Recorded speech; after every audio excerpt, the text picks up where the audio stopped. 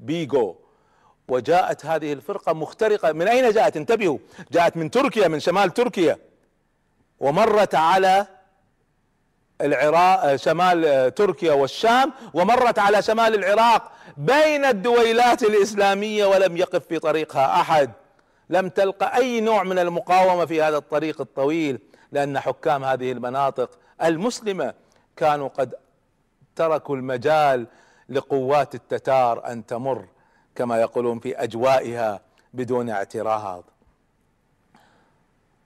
مرت هذه القوات وسط إمارات الأناضول والموصل وحلب وحمص، وأرسل هولاكو إلى صديقه ملك أرمينيا يطلب منه المساعدة، فجاء هيثوم ملك أرمينيا بنفسه على رأس فرقة من جيشه، وطلب أيضا من ملك الكرج حليفة، فأرسل فرقة للمساعدة في حصار بغداد، واستجاب فورا.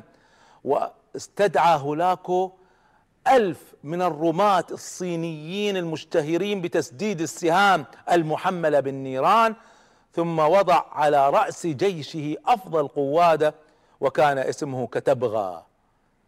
وبذلك ضم الجيش في صفوفه 3 من أشهر القادة العسكريين في تاريخ التتار، هولاكو وتتبغى وبيغو. وراسل هولاكو أمير أنطاكيا بوهمند وطلب منه المساعدة، لكنه تعذر أن يخترق الشام وخاف، قال لكني مستعد أن أساعدك إذا سقطت بغداد في إسقاط الشام. وأرسل الناصر يوسف أمير دمشق، أرسل ابن العزيز ليكون في جيش هولاكو، وأرسل أمير الموصل بدر الدين لؤلؤ، فرقة تساعد الجيش التتري، فرقتان مسلمتان صحيح كانتا هزيلتين لكنها تحملان معاني كثيرة. ففي جيش التتار مسلمين يشتركون مع التتار في حرب المسلمين، باعوا كل شيء في مقابل كرسي صغير، إمارة تافهة، دراهم معدودة، حياة، مجرد حياة، أي حياة.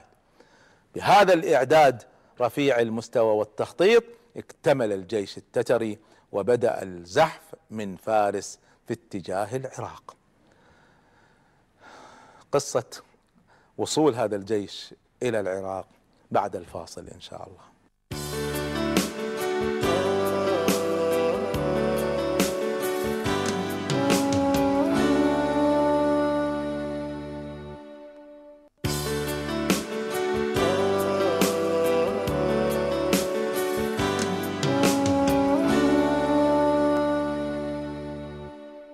أهلا بكم ومرحبا مرة أخرى مع علمني التاريخ. نحن نتواصل في الحديث في قصة سقوط بغداد على يد التتار لنتعلم منها الدروس والمعاني، فيعلمنا التاريخ. والتاريخ عجيب يكرر نفسه لكن بأسماء وأشكال مختلفة، لكن نفس الدروس ونفس القوانين التي انطبقت عليهم تتكرر اليوم. استكمل هولاكو القائد التتري استعدادات جيشه التتري، وبدأ في الزحف من فارس باتجاه الغرب إلى العراق، وبدأ يعد الخطة ويضع الخطة، خطة المعركة، وبدأ يدرس مسرح العمليات. وجد هولاكو أن طائفة الإسماعيلية هي فرقة انشقت من الإسلام وانحرفت انحراف شديد، فصارت عقائدها كفرية، ويكفرها السنة ويكفرها الشيعة. فهذه الفرقة الإسماعيلية موجودة إلى اليوم، يقودهم آغا خان. هذه الفرقة مقر موجود في لندن الآن. هذه الفرقة المنحرفة كان لها تاريخ وبيل دائما على الإسلام والمسلمين، وكانت دائما تخون الإسلام والمسلمين.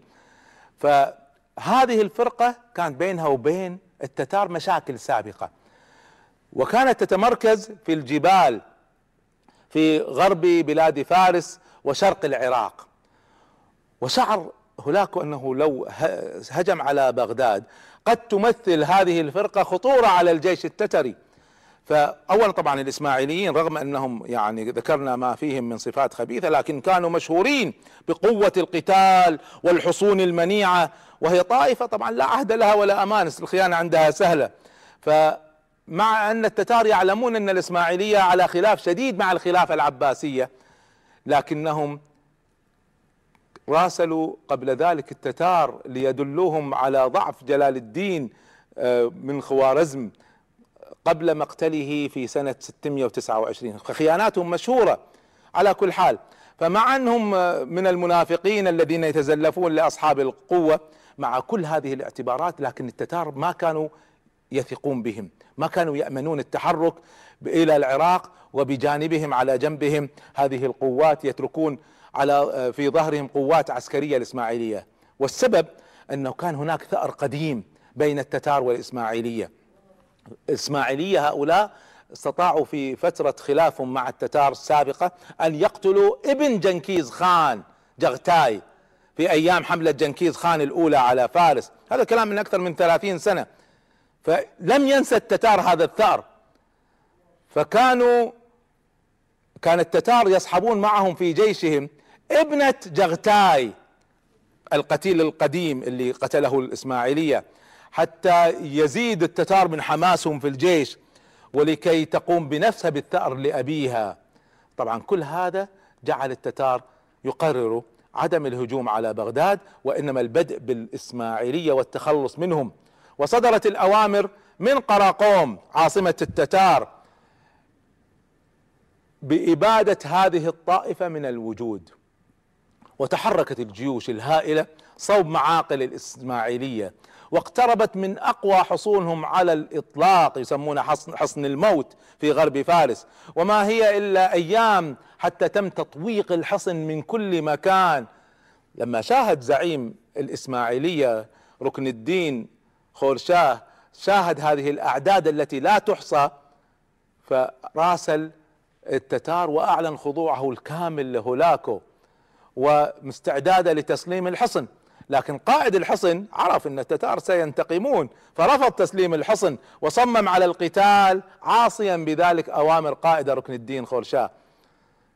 فعندها اضطر التتار طبعا الى الهجوم، وفتحوا القلعة بالقوة بعد ذلك بايام، وذبحوا كل من فيها، وانتشرت الاخبار. هذا اول فعل قريب من بغداد. الان ركن الدين خورشاه سلم لانه كان موافق على الاستسلام، فراسل هولاكو وطلب منا انه يعني يتفاوض مباشرة مع منغو خان حاكم التتار.